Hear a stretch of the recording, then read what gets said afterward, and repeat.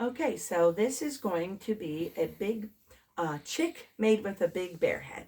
And what we're going to need is a big bear head, a 260, and it doesn't really, you don't really need to inflate it that much at all. And it could even be less than this. And then you also need a 260. So we're going to start with the bear head. And with the bear head, we are not inflating the two lobes. We're just going to start off by inflating both of these round sections. It works best if you can put the nozzle right into that lobe, and then as you're inflating, you're raising this, and then you're putting it into the second. And the way I'm holding it here is helping make sure that the air doesn't keep going up here more, so that you get a nice even lobes instead of this being overinflated. So basically, we're trying to make it look like a peanut. Pry that off. We're going to set this down. Then we take the 260, and I like to start off with 2 pinch twists. And the way I do that is I make a small bubble, and I make my bubbles relatively soft, and I do that by pushing down as I make my bubble. So then I have 2 like this. I'm taking the knot, wrapping it around. So then you've got 2 bubbles together. Oops. If you don't do it quick, it sometimes slips out. So I put it back in, and now I'm going to take the rest of the 260 and pull it right in between those 2 bubbles. And that gives, like, it could, like you said, like 2 pinch twists or kidney twist or fish lips. And then you can take it. I squeeze this down a little, and then I'm going to make the loops about 10 or 12 inches. So I think it's about 12 inches. And then I fold this down and make another bubble. And and you're trying to keep them as even as possible. Then I take that bubble, connect it in there, and twist around the 2 pinch twists. Now we can go ahead and snap that piece off. I just take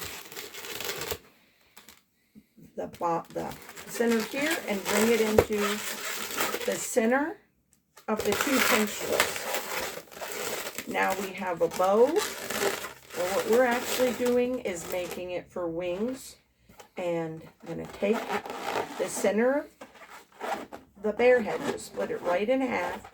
Or you could do it where you make the head a little smaller and the body longer. I like to put it right about even, like that, and twist it off. And then all you're doing is taking the 2 pinch twist and you're wrapping the head or the pinch twist around the head. I like to actually push the head part in first and then wrap the head around the pinch twist.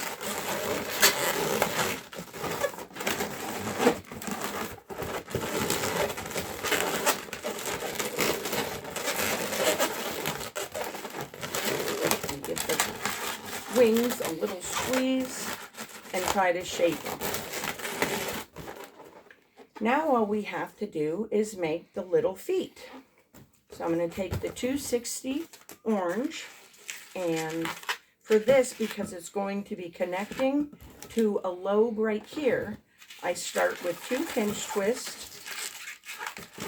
Again, the way I get that is I'm making 1 bubble followed by another bubble, and then I pull that up around and take the top, split it through the 2 bubbles.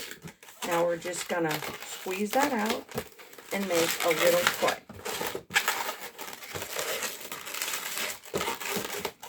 Break that off.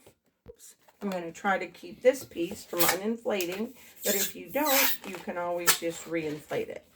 Then I'll let a little air out here, tie another knot, and one more time we're going to do a bubble followed by another bubble.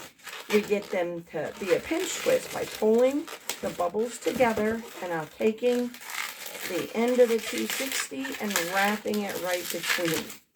And then we're going to do a loop.